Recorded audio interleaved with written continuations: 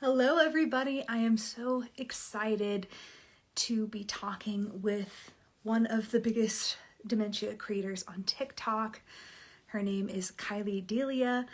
That's her handle, and she takes care of her mother who has dementia and aphasia. So I'm so excited to have her on.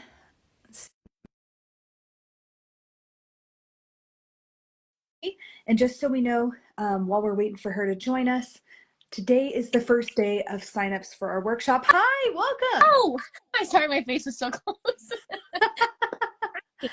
Welcome. It's so good to see You, you. you too. Thank you for Hi. having me.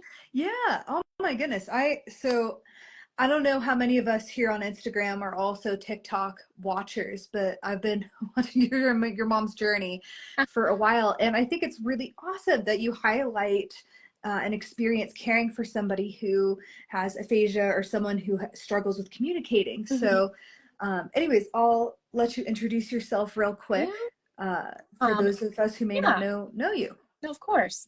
I'm Kylie. I am 27 years old, and I care for my mom, who is 64 years old. She was diagnosed with primary progressive aphasia, which is pretty much, like you said, a form of dementia, just specific to she can't verbalize. Um, She was diagnosed in 2017. And yeah, most people know me from TikTok. I randomly posted a video one day of me just showing how I care for her and just a day in the life, getting her ready in the morning, and it blew up. So yeah, that's how most people know me from TikTok. I don't really post anything else on my other social media, but so I'm happy we're doing this on Instagram. Yeah. Yeah, definitely. I know we'd love to see you maybe get more of an awareness and a presence here on Instagram too. Yeah. But yeah, I'm curious. I guess what prompted you to start sharing your journey with your mom, and I guess we'll get into I guess maybe some of the early mistakes as well in just a little bit. Yeah. I don't really think, I don't even, I really honestly don't even know what it was. I just think like one day I was kind of just like, oh, let me just maybe record. Cause I never see like myself do it. It's kind of just, I'm just doing like, it's not like a thing that I think about. So I was like, oh, like, let's just take a video. Let's just see. I never made a TikTok before. Well, I did, but like little dancing ones during COVID, like with my sister or something, those kind of trends. And so I just took a video and I just happened to post it, literally not thinking anyone would be like, oh, let me watch this girl like get her mom ready in the morning. And everybody does like get ready with me. So I was like, oh, okay, maybe I could just do this. And I posted it and it got like maybe 1,000 likes. And I'm over here like, oh my God, like I've never gotten this many likes before. Like this is crazy. And then I went to bed and literally the next day I woke up, like within the next couple days, I should say. And it was like millions of views. I had so many followers and I like was so, I still am like mind boggled. I'm still like, this doesn't even feel like real life. You know what I mean? Like it just doesn't feel real that it just happened so quickly and so many people are interested. So that kind of makes me happy. Yeah, yeah. So I guess talk a little bit about like the early parts of your journey, because obviously mom wasn't always Yeah. uh, didn't always struggle with communication quite like this. So what were some of the early days like, and maybe what are some of the things you're like, I don't know if I would have do that later. Mostly because all of us make mistakes as caregivers, and I think it's great for us to feel not so alone. Yes. And I feel like not feeling alone, I feel like that's like definitely one of the things. Like you kind of have to learn.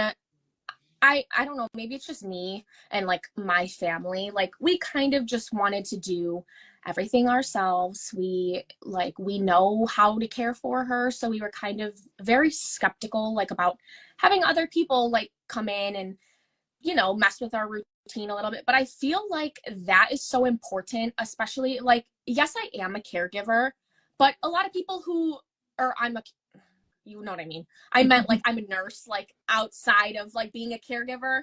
And a Yeah. lot of people aren't like in the medical field, so they don't have like the experience. And I can see that like with my mom and my dad and my sister, you know. So I just feel like having people like come in and help you, like we just recently did like this hospice, even though she's not like, yes, she's declining, but I feel like people get a bad like rep when I say hospice. Like hospice doesn't technically mean that she's about to die tomorrow. Mm. It just means the care we give is like, it's not prolonging, you know, her, because we know that, you know, it is a terminal illness and it's not curable.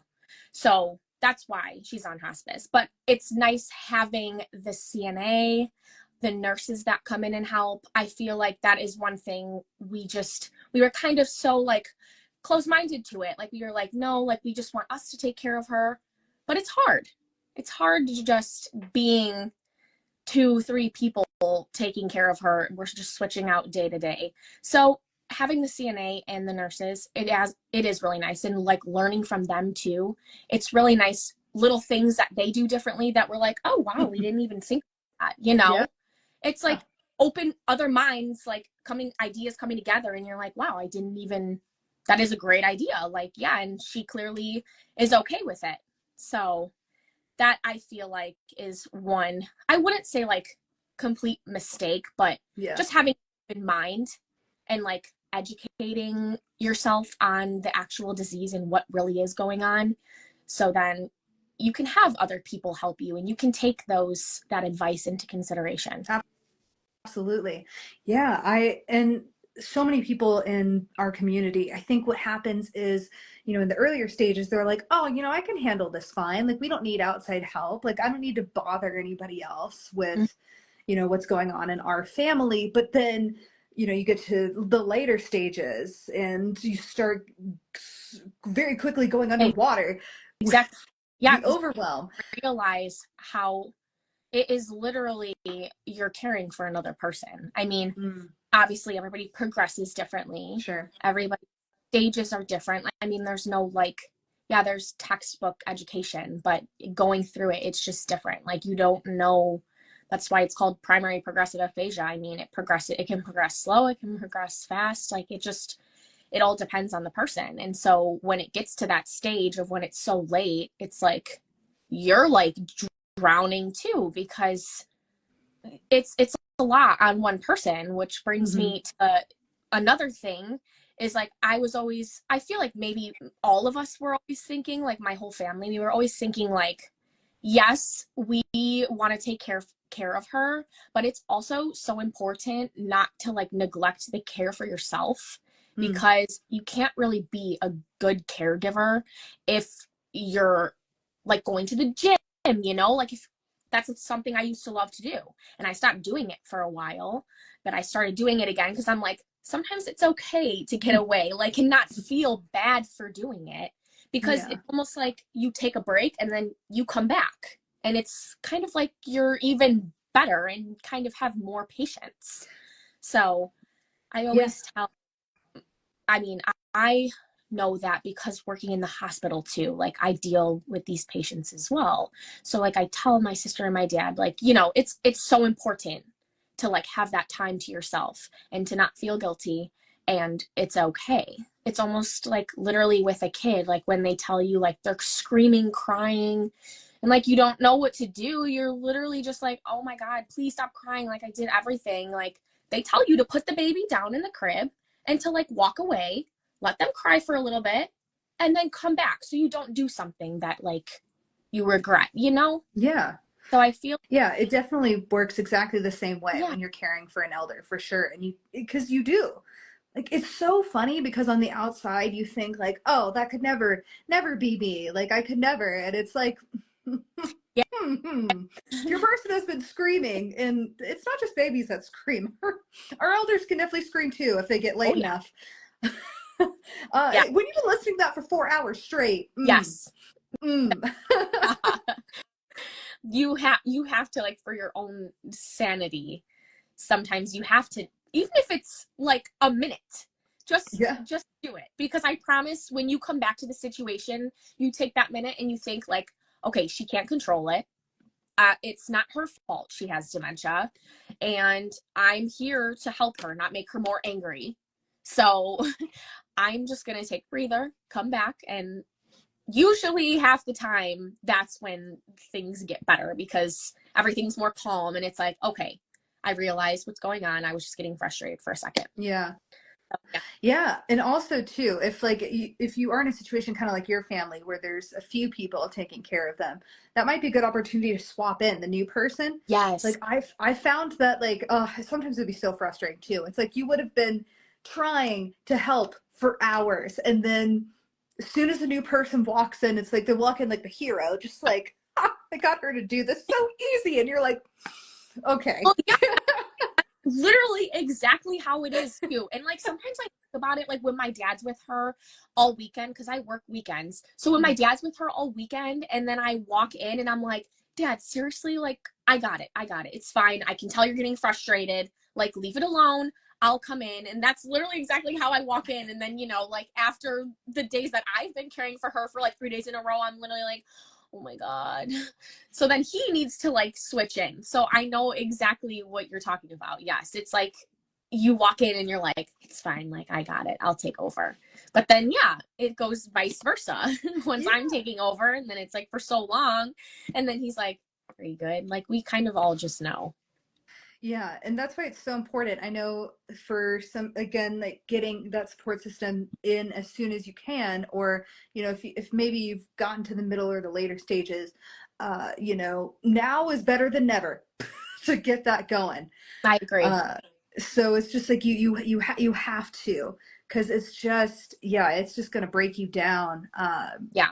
If you let it, if you try to do it 100% by yourself with like Yeah. no support whatsoever. And I know like some people that do, or even like some patients that like come into the hospital and like they're like, oh yeah, like I take care of him 24/7. And in my head, I'm just like, oh my goodness, like that is a lot on one person taking care of somebody that has dementia 24/7.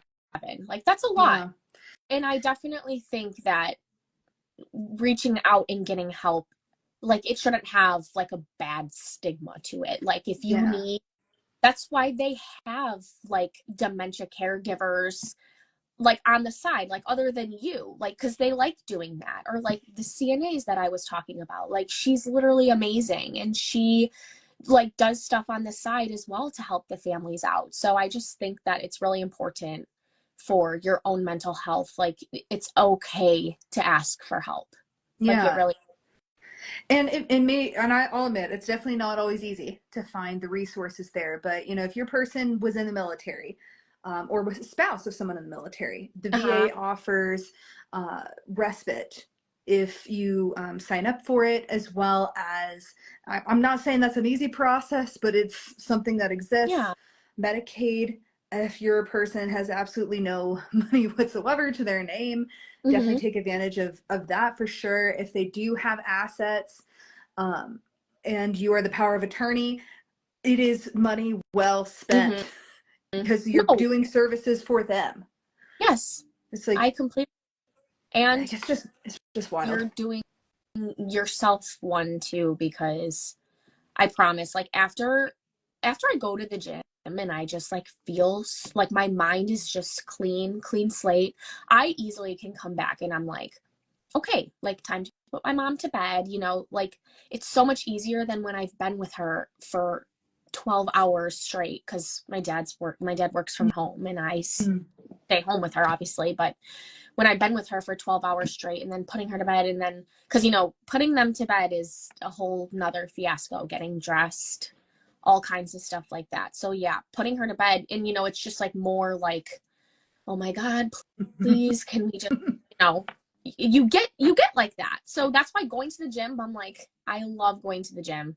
It clears my mind so that I can come back home and I can easily put her to bed. Like I'm not easily frustrated. Absolutely. Yeah. So speaking of activities of daily living, ADLs, like what kind of things did you wish you had known from the beginning of your journey? Um obviously patience didn't just come in a day. Mm. I going through nursing school, obviously I knew I needed to have patience and stuff like that.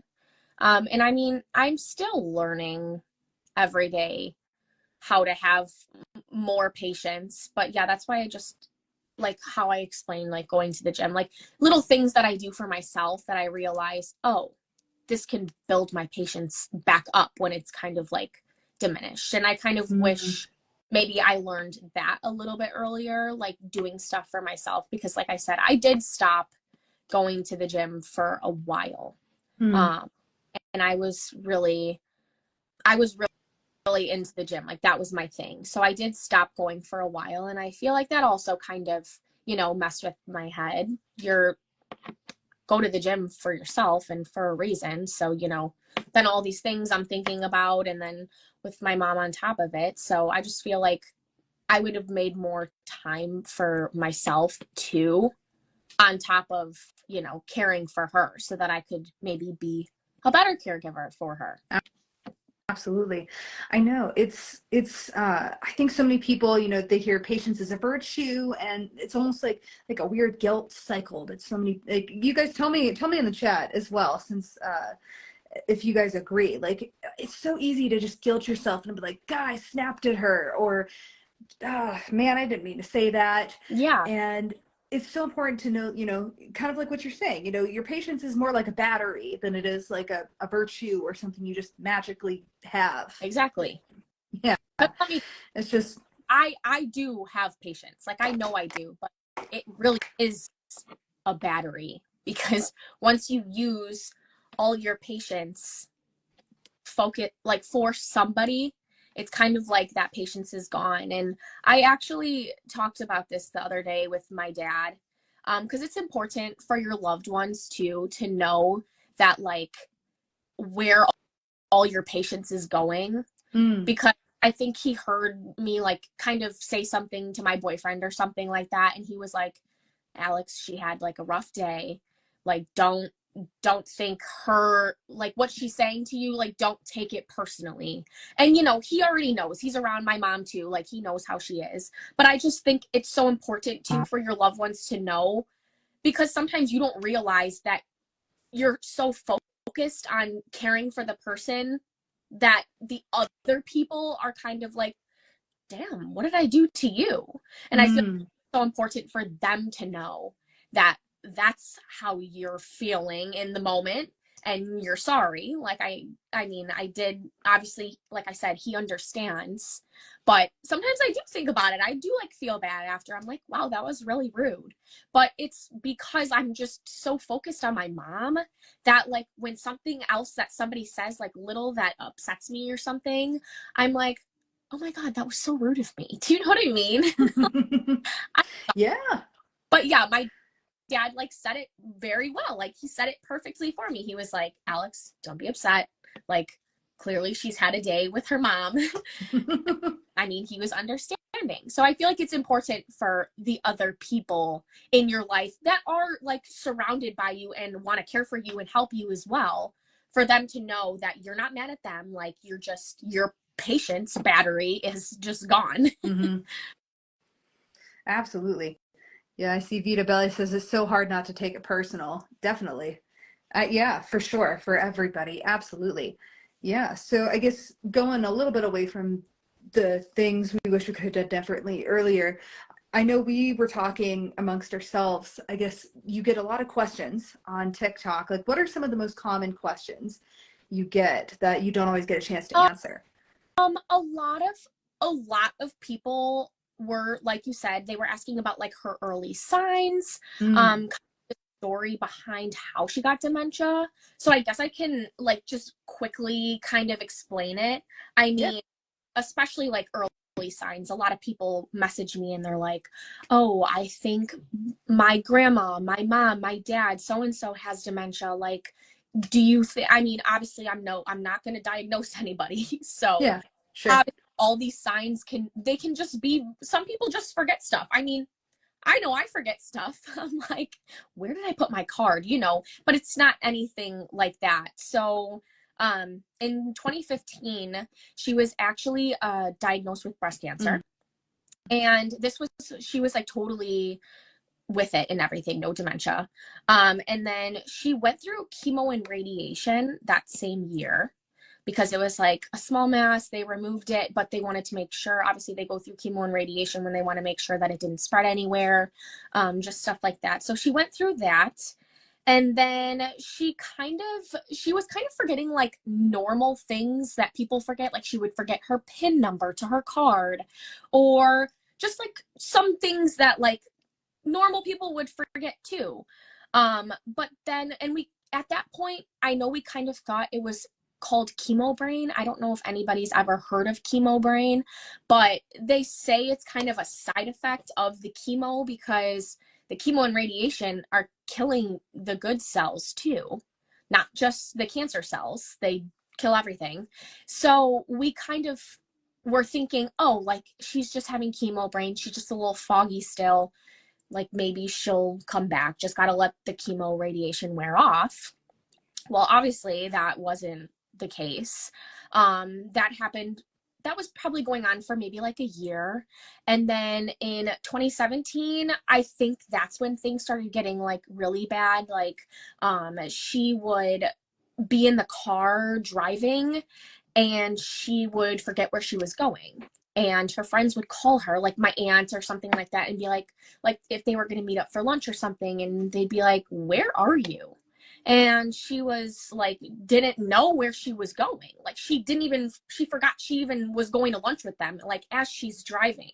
So that's concerning. We all live in the same neighborhood. Like my grandma had seen her like just blow a stop sign. So that was kind of when my dad was like, okay, something's going on. Like you can't drive anymore because we don't want you to be in danger. Or like little chores. My dad never always worked from home. He would usually go into the office and she would pick up his clothes from the dry cleaners. She would go to the dry cleaners and she would pick them up, and then he would kind of call her sometimes and be like, oh, hey, did you get my clothes from the dry cleaners? And she was like, no, like I forgot, I'm sorry. And he was like, oh, okay, like I'll go get them tomorrow. He would go get them and they'd be like, somebody already picked them up.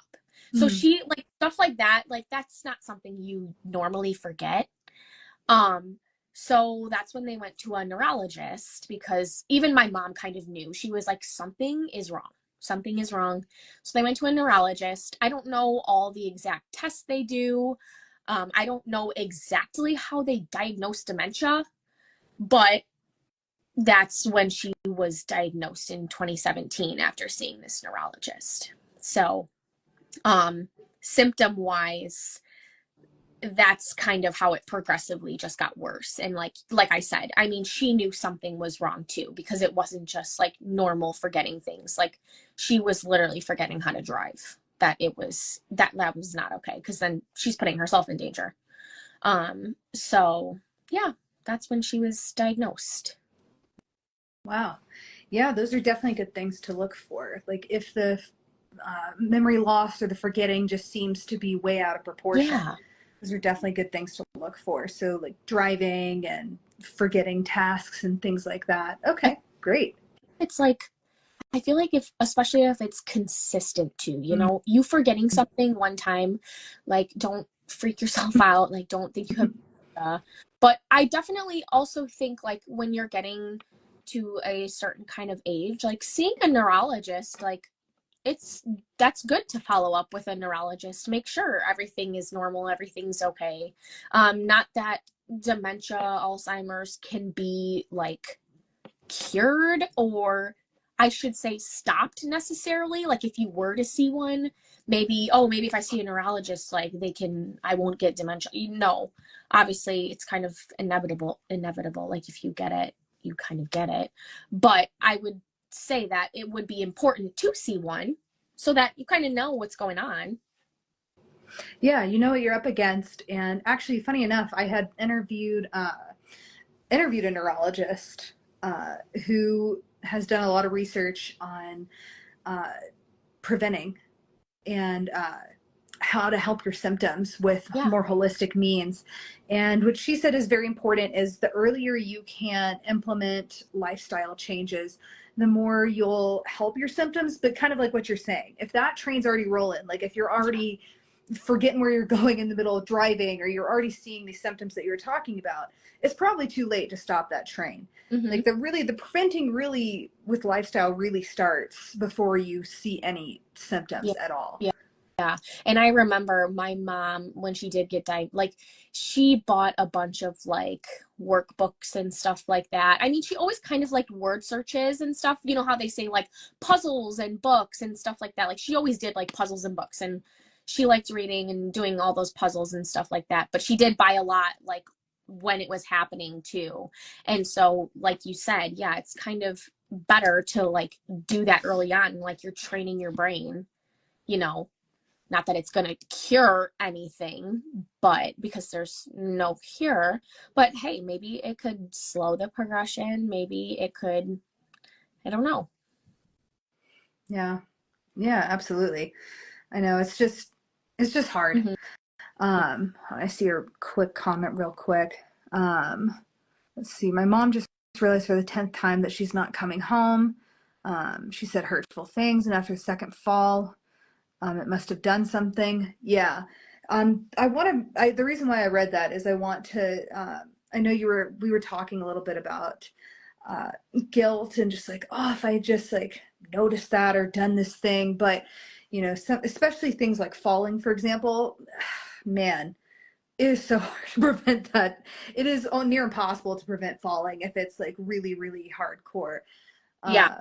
So I wanted to, I guess, reassure everybody, like there's some things as a caregiver that sometimes you just can't. Yeah. You can't help prevent. Give an example. My mom has tremors. Mm. And so somebody is literally, like when I say literally holding her, walking with her. She can still walk, not very well, but somebody's always behind her, holding, whether it be holding her hips, like holding her hand, because her tremors are random. The neurologist called it myoclonus. So they're random and we don't know when they're going to happen. So somebody is always walking with her. But sometimes we put her on the toilet and she has one, and maybe she like falls to the side and hit her head on the wall or something. I know in one of my TikToks, everybody was like, why does she have a bruise on her head? And like stuff like that, like there's no way that could have been prevented. Like, yes, I could have been standing there right there on the toilet, but I'm also grabbing her diaper to put on her. I'm also grabbing her clothes that I'm about to put on her. I put her on the toilet thinking like, okay, this is like, she'll be okay here. Or like when she has her random tremors and she gets like bruises on her hands because they hit the corner of something, it's just so random, and it's hard to prevent falls. It really is. Yeah. Like Yeah, it's just hard. Yeah. Or Yeah. even like she said, did she say that her mom says like hurtful words? Yeah. So I only have this in the hospital. Obviously patients are like, swearing at me. They want nothing to do with me. They're like, I'm not in the hospital. Get out of my room. Okay, that's fine. I think just agreeing with them and leaving the situation, because you're not going to argue with a dementia patient. Let me tell you, you're not. And then you're both going to get angry. So I feel like it's just so much easier to, one, agree with them, two, walk away, or, change the subject. Be like, hey, did you hear like so-and-so came over today? Just like something totally like that's not even related. I can't relate to that because obviously my mom, the aphasia part is where the part of the brain that affects your like words and stuff like that. So I can't necessarily say I can relate to that. Would I cry if my mom talked to me like that? Probably. That's really sad. But I mean, she can't. I mean, she probably is cussing me out half the time. I just know it. Because she just mumbles. She'll get a little swear word in there sometimes, but half the time she's just mumbling. So, but yeah, I can, that would be hard if you hear them like verbally abusing you. Yeah, definitely. See, Love Unique says, I have a question. How do you calm your person down when they're extremely angry? I think it's similar to what you literally just said, to Yeah. be honest with you. It's oh man, like the and I mean, maybe you have a different point of view because I know in your TikTok sometimes your mom gets really frustrated. She may not be Mhm. able to verbalize that frustration, but you could tell. You could Yeah. tell Oh, she's frustrated for and sure. it's kind of, this is gonna sound so weird. Everybody may be different, but it's almost like she gets frustrated at the same time every day. I Mm, don't know if it's, and it's literally around like this time, like 6, 7 o'clock, and it could be her sundowning. yeah. But obviously she's not verbalizing, so like we can't really, sometimes when they verbalize, you can tell a patient's sundowning. But like it's usually always around like 6, 7 o'clock that she gets super frustrated. We kind of just, my dad is amazing with the music, with like finding videos she loves, because who knows her better than him? Mm. Nobody. They were together for 25 going on 26 years. Like he literally knows her so well. He plays music that she loves. Music is a cure to angry dementia people, let me tell you. They literally will stop everything and just, that's literally how my mom is. She could be rambling on and it's like you play music and she's literally just like, and she just dances. Morning, she was so angry that she was getting a shower. We get out of the shower and play music and she's literally a whole nother person. Like, I swear they are bipolar and it's okay. Let them go through all the emotions. All you have to do is just be there. I Absolutely. would say it's frustrating you, it's going to frustrate them. So there's no need to even argue. There's no need to, like I said, you can change the subject. If they are doing something that they shouldn't be doing, you can't talk to them like a kid either, because Mm. like, oh no, you can't do that. Do not ever say that. Telling them to do something, they're most likely going to do it and then get so mad when you have them not do it. So Mm. I definitely think letting them, as long as it's not harming them, or like, if they're like, a lot of them like to wander, you know, have them wander, walk with them, as long as it's not dangerous, just walk behind them. If they don't want you to come, be like, hey, like, I'm sorry, I'm just gonna, I'll stay back here, but I'm just gonna like follow you, or just like little things that you don't need to get mad about. Like, don't be like, get back in the house right now, because they're not gonna go back in the house. Yeah. So I feel like just being very calm, and it's almost like you're killing them with kindness, Mm. if that makes sense. Like you just make everything nice. I feel like that's like the best way to put it. Like every time my mom says something, I don't know exactly what she's saying, but she will sometimes like say the B word, and I'm sure she's calling me one. But I'm like, oh, okay, okay, all right. Like just letting her know that I hear her. I feel like that like calms her down a lot too. Yeah, definitely, definitely.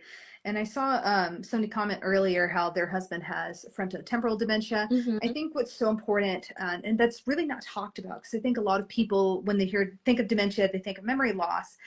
It is so common for the emotions, especially in frontotemporal Yeah. dementia, to be up, down, sideways, all over the Yeah. place. Like I know you mentioned, it's like they're bipolar. It kind of Yes. is. No, it really is. And I think of like dementia is an umbrella, and it is so broad spectrum. Like there are so many like little subcategories under the big dementia umbrella that people don't really know about. Yeah, like you said, they kind of classify dementia as just, oh, like she forgets stuff.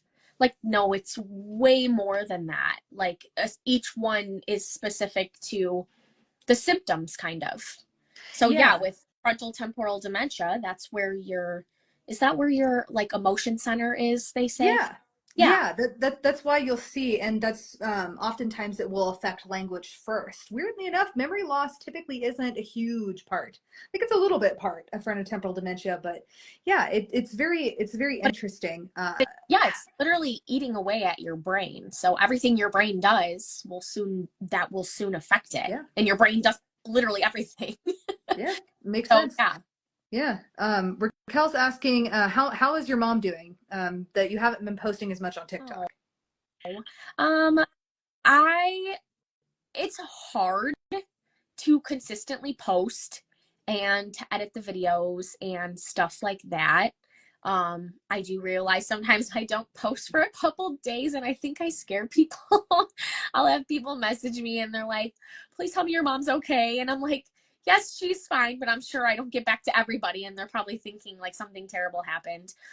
Yeah, no, she's okay. She's also just like she's definitely declining. So that's why I've just been, spending more time with her. I'm going part-time, just because it'll be easier. But yeah, I'll probably post one tomorrow. But yeah, my days have just been a little bit different just because I'm more so caring for her than doing the videos and stuff like that. It Sure. takes a lot like edit them and everything. Yeah. I give props to these like people that have YouTube videos and subscribers. Oh my goodness. I'm like, I post one little 3-minute TikTok and I'm like, whew, I don't have to post again for another week. Like, huh, job is done. Oh Right. man. Oh man. I see another comment that's asking about dementia and sleep. Is sleep something that your mom struggles with, or is she So, generally okay with it? no. So she was kind of her and my dad still sleep together in the same bed. She sleeps perfectly fine in her bed. Um but she would wake up at like 4 in the morning, 2 in the morning, just like a normal dementia patient would, thinking like it's the morning, time to get up, ready to go. And there was one time that he actually found her like up and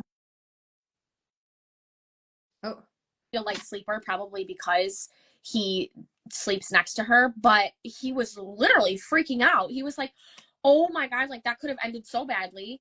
Now she doesn't really have the strength to get up by herself anyway. We have to literally like pull her out of bed. Not pull her, but you know what I mean? Like we have to pull her to get her out of bed because she like doesn't get up. Um, but we have been giving her medicine. It's called Seroquel, and it pretty much helps her stay asleep through the night. And that's another thing. I mean, I'm a nurse. I don't like medicine. If I can do something first to prevent medicine, especially medicine that makes them like groggy and sleepy, like I don't like that. If I can do something else, I would rather do that. If I can calm the patient down first instead of just giving them medicine, like I would rather do that because they're going to feel like poop the next day and be all like foggy. So but the Seroquel, it's a really low dose and it helps her stay asleep through the night and get like a full 8 hours of sleep. So I no judgment to that if you have to do that, because yeah, if she were to get up in the middle of the night and start wandering, I mean, she could open the front door and she could literally be gone and we wouldn't even know where she is. So that would be yeah. so yeah, sleeping at night, yes, it was a problem until we started giving her the Seroquel. Now she pretty much sleeps through the night and she wakes up at 6, 7, 8 in the morning. Just depends. Yeah, yeah, definitely. I know I had interviewed a psychiatrist that works specifically with dementia patients, God, a couple Mm-hmm. years ago, and he said that if there's any medication that he's ever going to try first, it's going to be sleep aids Mm-hmm. and things to help us sleep. Because if you can get that in Yeah. order, then everything else becomes easier. So, yeah, that's a good question. Absolutely. Yeah. I know we're running a little bit over what I had intended, but I guess any last Okay. thoughts or advice or anything like that for anybody who's newer to caregiving, or maybe just in a like a frustrating part of their caregiving journey? Um, Honestly, I would tell everybody, and this is also something I learned from TikTok. I did not realize how many other people are literally going through the same exact thing. It's easy, I shouldn't say it's easy. It's it's hard to like maybe for me, I don't like showing my emotions. I don't like expressing my feelings. I don't like really talking about stuff, but I literally just can't believe the amount of support. It's like insanely crazy the amount of people that have reached out and they're like, you're doing so amazing, like can you please help me? And like your videos help me so much, and like that just makes me feel so happy that I can help somebody without me being intentional in helping them. Like I didn't even realize I was helping them. So I feel like reaching out and talking to other people who are caregivers is nice, because you can talk to your loved ones, you can talk to, you know, your boyfriend, your girlfriend, whoever it may be. If they're not a caregiver, it's kind of hard to express those feelings and them be like even just talking to you like on this, like when you say stuff and I'm literally like, yes, like yeah, that's it, you know? It's nice to talk to somebody that is like, I hear you, I understand, because I literally came from doing the same thing. It's nice to hear that, and it actually makes you feel good. So I feel like reaching out, like there's groups. I joined like a Facebook group, and they literally talk about stuff like that. And it's nice to just hear other people like struggling with the same stuff, you know? So I Yeah. feel like reaching out and joining support groups, that if that was like some advice that I could give, I feel like that would be it.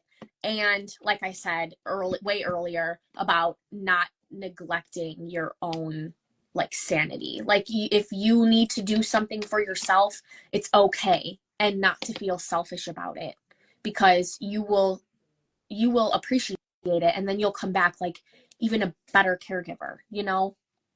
Absolutely. Yeah. And for anybody here, I guess that I know primarily watches your TikToks and is looking for that community or looking for some extra help, this month I'm offering a free workshop. Sign-ups actually start today. So go to the link in my bio for that. Last time, I know I just thought of that because you were mentioning it's so nice to have other caregivers. Like last workshop we had like hundreds of caregivers and everybody's like, whoa, Mm-hmm. there's a lot of people going through the same thing that I'm Yeah, going and through. So you don't solidarity. realize, because you're just like in your own caregiver world with the person that you're caring for. And I mean, like I said, I don't like to really, before TikTok, nobody knew, which is so weird. Nobody knew how my mom was. Nobody knew that I cared for her. Nobody knew anything besides like my close friends, when they'd be like, "Hey, want to go out?" And I'm like, "I can't. Like I'm watching my mom."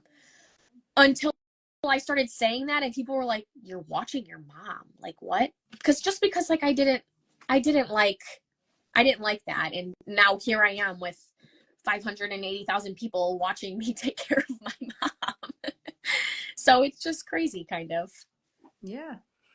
Yeah, it's just nice. It's just nice to know when you're in that, like you're saying, that caregiving lane, that you're not by yourself. You're not the only one who's dealing with your loved one uh, accusing you of stealing your things or screaming at you or refusing to shower or change Yep. their clothing. Like you're not the only one. Yes, I Absolutely. completely agree. Yeah.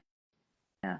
All right. Well, thank you so much for joining me this evening. And I You hope for that. that, yes, yes, I think it's really awesome to be able to get like tips and just learn from other caregivers. So we so appreciate, uh, just so appreciate having you. And again, everybody, if you are interested in our workshop, it's March 19th through the 21st. It's totally free over Zoom. So anyways, all right. Well, I guess that's our cue. All right. Bye, Thank you so everybody. much. Of Bye. course. Bye, guys.